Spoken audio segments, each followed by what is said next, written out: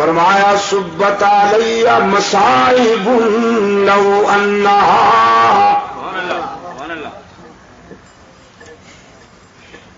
سبت علی مصائب لو انہا سبت علی الایام سرن لیالیا. سیدہ فاطمہ رضی اللہ تعالی عنہ فرماتی ہے اس دن میرے احساسات مجروح ہوئے، میرے جذبات زخمی ہوئے، جس دن رحمت عالم صلی اللہ علیہ وسلم نے یہ دنیا چھوڑ دی.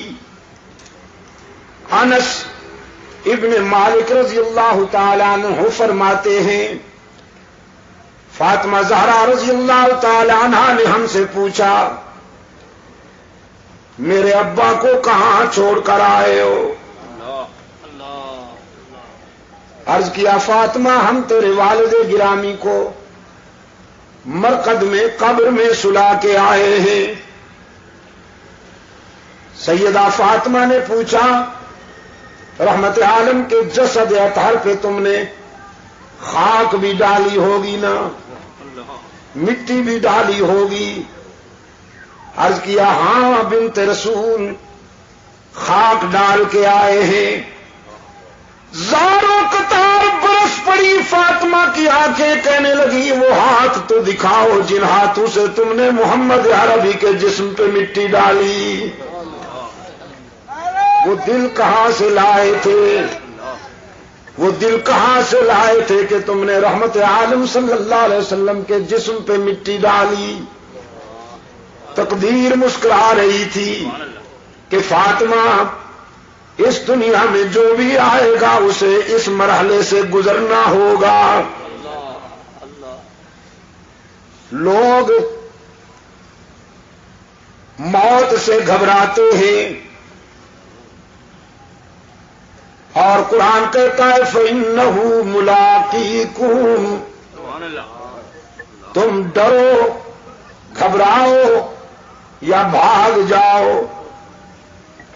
وہ ٹھیک وقت پر تمہیں ملنے والی ہے. قُلْ إِنَّ الْمَوْتَ الَّذِي تَفِرُّونَ مِنْهُ فَإِنَّهُ مُلَاقِيكُمْ. دھرتی کے سینے پر جب انسان چلتا ہے حدیث میں ہے ان الارض لتنادی کل یوم 70 مرہ. یہ دھرتی روزانہ 70 مرتبہ ندا دیتی ہے انسان کو یابن آدم کلوا ما شئتم واستحیتم. او ابن آدم میرے سینے پہ چلتے ہو نا، جو مرضی آئے کھاؤ پیو. کچھ عرصہ کے بعد تم نے میرے پیٹ میں بھی آنا ہے، تمہاری پسلی سے پسلی ملا کے پوچھوں گی کہ کیسے جیے تھے.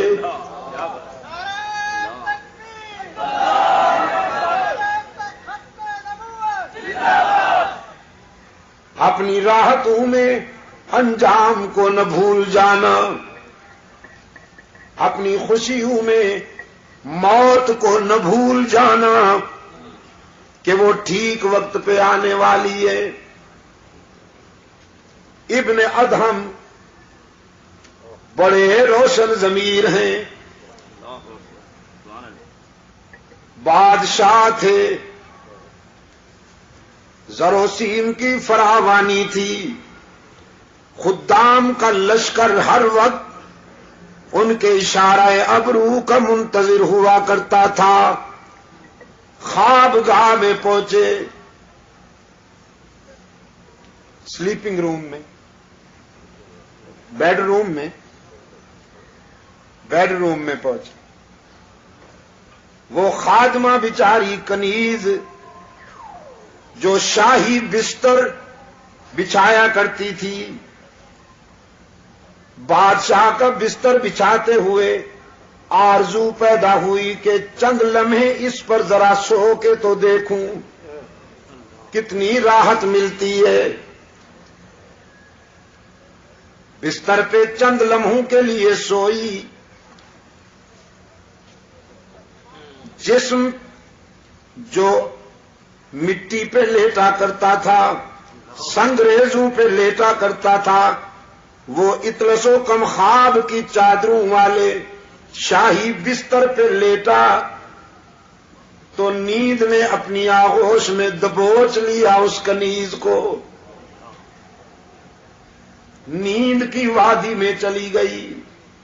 اتنے میں ابن ادہم، ابراہیم ابن ادہم ہاتھ میں درہ لے کر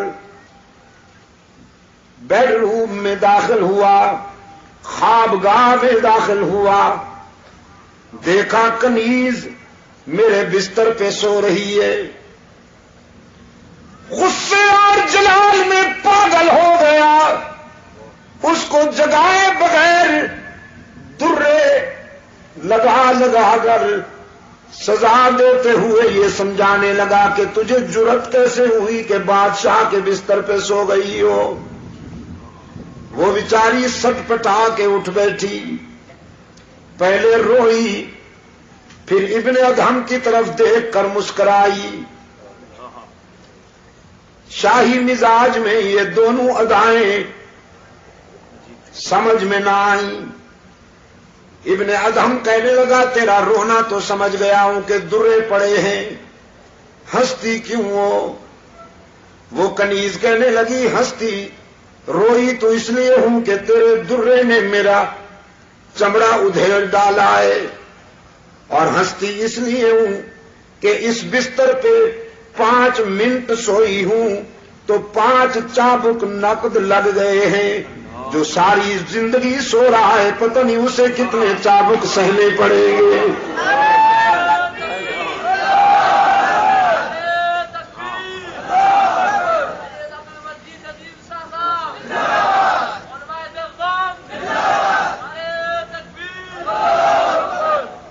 بس اس ایک جملے نے انقلاب بپا کر دیا۔ تاج اتارا، شاہی لباس اتارا، ساری رات مصلے پر روتا رہا، اشکوں سے منہ دھوتا رہا، رب العالمین کے حضور التجائیں کرتا رہا، پروردگار عالم معافی چاہتا ہوں۔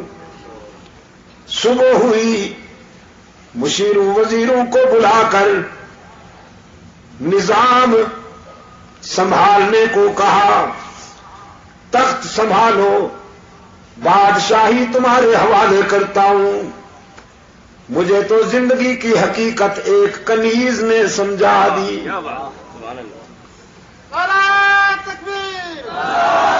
اب شاہی تخت پہ نہیں بیٹھوں گا، اب تو اس کو راضی کرنے کی کوشش کروں گا۔ قرآن کریم اسی حقیقت کی طرف متوجہ کرتا ہے۔ دنیا میں آ کر اپنے پیدا کرنے والے کو نہ بھول جاؤ، جس نے راحتیں عطا کی ہیں، جس نے مسکراہٹیں عطا کی ہیں۔ نہیں معلوم آپ کو کہ اس آنکھ کی کیا قیمت ہے، لیکن جیب میں ڈال کر لے جائیے اربوں روپے کا چیک، منڈی میں آنکھ خرید کیجئے، نہیں ملے گی۔ اس نے بغیر کسی قیمت کے یہ نعمت تجھے عطا کر دی۔ قرآن کریم یاد دہانی کراتا ہے، أَلَمْ نَجْعَلْ لَهُ عَيْنَيْنِ وَلِسَانًا وَشَفَتَيْنِ وَهَدَيْنَاهُ النَّجْدَيْنِ۔ اے ابن آدم، غور کیا کبھی تو نے اپنی 5 فٹ کی اس کائنات میں؟ دور تک نظر نہیں جاتی تو اپنی اس 5 فٹ کی کائنات پر غور کرنا، تیرا پیدا کرنے والا تجھے سمجھ میں آ جائے گا۔ تیرے چہرے میں یہ دو چراغ جلانے والا کون ہے؟ تیرے گوشت کے ایک ٹکڑے کو دیکھنا سکھا دیا، گوشت کے ایک ٹکڑے کو سننا سکھا دیا، گوشت ہی کے ایک ٹکڑے کو بولنا سکھا دیا۔ تو پختونستان میں رہتا ہے تو یہ پشتو بولتی ہے، انگلستان میں رہتا ہے تو یہ انگلش بولتی ہے، پنجاب میں رہتا ہے تو یہ پنجابی بولتی ہے، سندھ میں رہتا ہے تو یہ سندھی بولتی ہے، عرب میں رہتا ہے تو یہ عربی بولتی ہے، چین میں رہتا ہے تو یہ مکھیوں کی طرح بھن بھنا کر چینی بولتی ہے۔ جہاں تو رہتا ہے وہاں یہ اسی زبان میں اسی لہجے میں تیری نوکری کرتی ہے۔ زبان بدلنے کی ضرورت نہیں، اسپیئر پارٹس کی دکان پر جانے کی ضرورت نہیں۔ ہاتھوں کو قوت لامسا عطا کی، پاؤں کو قوت معاشی عطا کی، دماغ کو قوت حافظہ عطا کی۔ رب العالمین نے فرمایا وَفِي أَنفُسِكُمْ أَفَلَا تُبْصِرُونَ۔ کبھی اپنی ذات پہ غور کرو نا، ہم نے تمہاری ذات میں بھی عبرت اور بصیرت کے بہت سارے مناظر دکھائے ہیں تمہیں۔ جب اس قدر مہربانی کی ہے تو پھر تمہاری جبین بھی میرے سوا کسی کے آگے نہیں جھکنی چاہیے۔ قرآن پاک نے فرمایا ام کنتم شہداء اذ حضر یعقوب الموت اذ قال لبنیہ ما تعبدون۔ یاد ہے کچھ؟ جب یعقوب پر موت آئی اپنے بیٹوں کو بلایا اور بیٹوں کو بلا کر یہ نہیں کہا تمہارے لیے ملیں بنا کے جا رہا ہوں، ذرا اچھی طرح سے سنبھالنا، جاگیروں کا خیال کرنا، کوٹھیوں اور بنگلوں کا خیال کرنا۔ نہیں، یعقوب علیہ السلام نے اپنے بیٹوں کو بلا کے فرمایا ما تعبدون من بعدی، بیٹو میرے بعد کس کی عبادت کرو گے؟ میرے بعد کس کے سجدے کرو گے؟ میرے بعد کس کے آگے دامن پھیلاؤ گے؟ میرے بعد کس کو ہر جگہ موجود مانو گے؟ میرے بعد کس کو مسجود و معبود مانو گے؟ علام الغیوب مانو گے؟ ام کنتم شہداء اذ حضر یعقوب الموت اذ قال لبنیہ ما تعبدون۔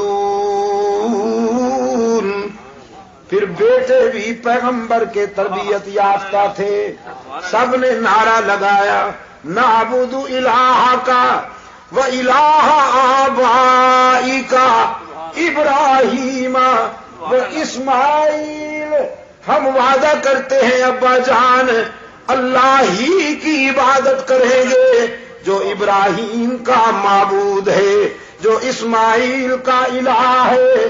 ہم تیرے سبق کو نہیں بھولیں گے، تیری وراثت کی لاج رکھیں گے، تیرے بتائے ہوئے راستے پر پوری زندگی گزار دیں گے، اللہ کے سوا کسی کو معبود نہیں مانیں گے۔ ہمارا الہ کون ہے؟